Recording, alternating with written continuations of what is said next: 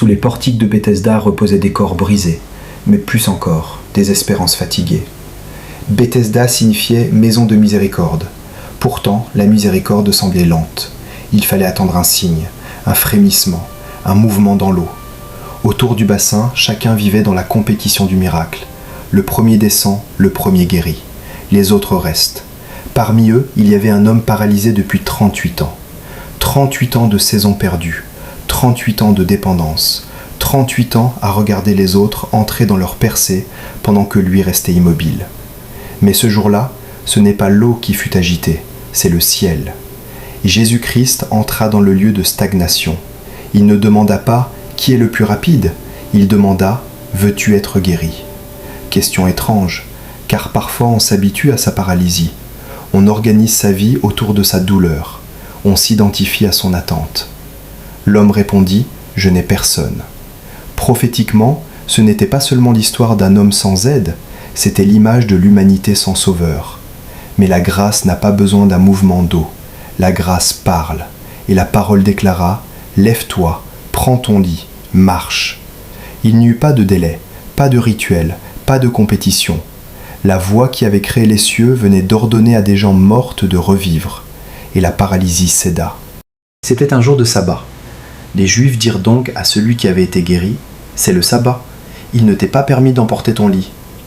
Il leur répondit « Celui qui m'a guéri m'a dit « Prends ton lit et marche ». Ils lui demandèrent « Qui est l'homme qui t'a dit « Prends ton lit et marche » ?» Mais celui qui avait été guéri ne savait pas qui c'était, car Jésus avait disparu de la foule qui était en ce lieu. Ce qu'il avait porté pendant 38 ans devint ce qu'il porta. Son lit, symbole de honte, devint trophée de témoignage. Message prophétique.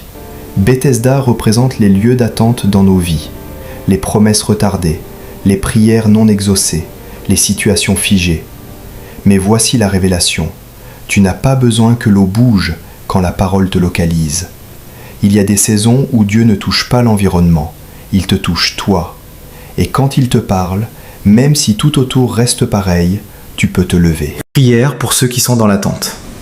Seigneur Jésus, toi qui es passé au milieu des malades, toi qui as vu l'homme oublié depuis 38 ans, regarde aujourd'hui ceux qui sont dans leur saison d'attente, ceux qui sont couchés dans une situation qui dure, ceux qui prient depuis des années, ceux qui voient les autres avancer pendant qu'eux restent immobiles.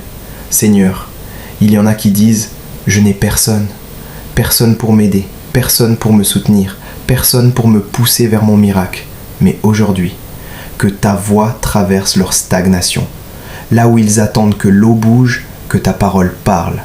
Là où ils pensent que tout dépend d'un timing, révèle-leur que tout dépend de toi. Seigneur, entre dans leur Bethesda, entre dans leur maladie, entre dans leur blocage, entre dans leur fatigue et prononce encore « Lève-toi ». Relève ceux que la déception a paralysés, relève ceux que la honte a couchés, relève ceux que le temps a affaiblis. Donne-leur la force de porter ce qui les portait, que leur ancien lit devienne leur témoignage, que leur ancienne douleur devienne leur preuve. Et même si des voix religieuses se lèvent pour condamner, donne-leur l'audace de répondre « Celui qui m'a guéri m'a parlé ». Seigneur, que cette saison d'attente se transforme en saison de manifestation. Au nom de Jésus. Amen.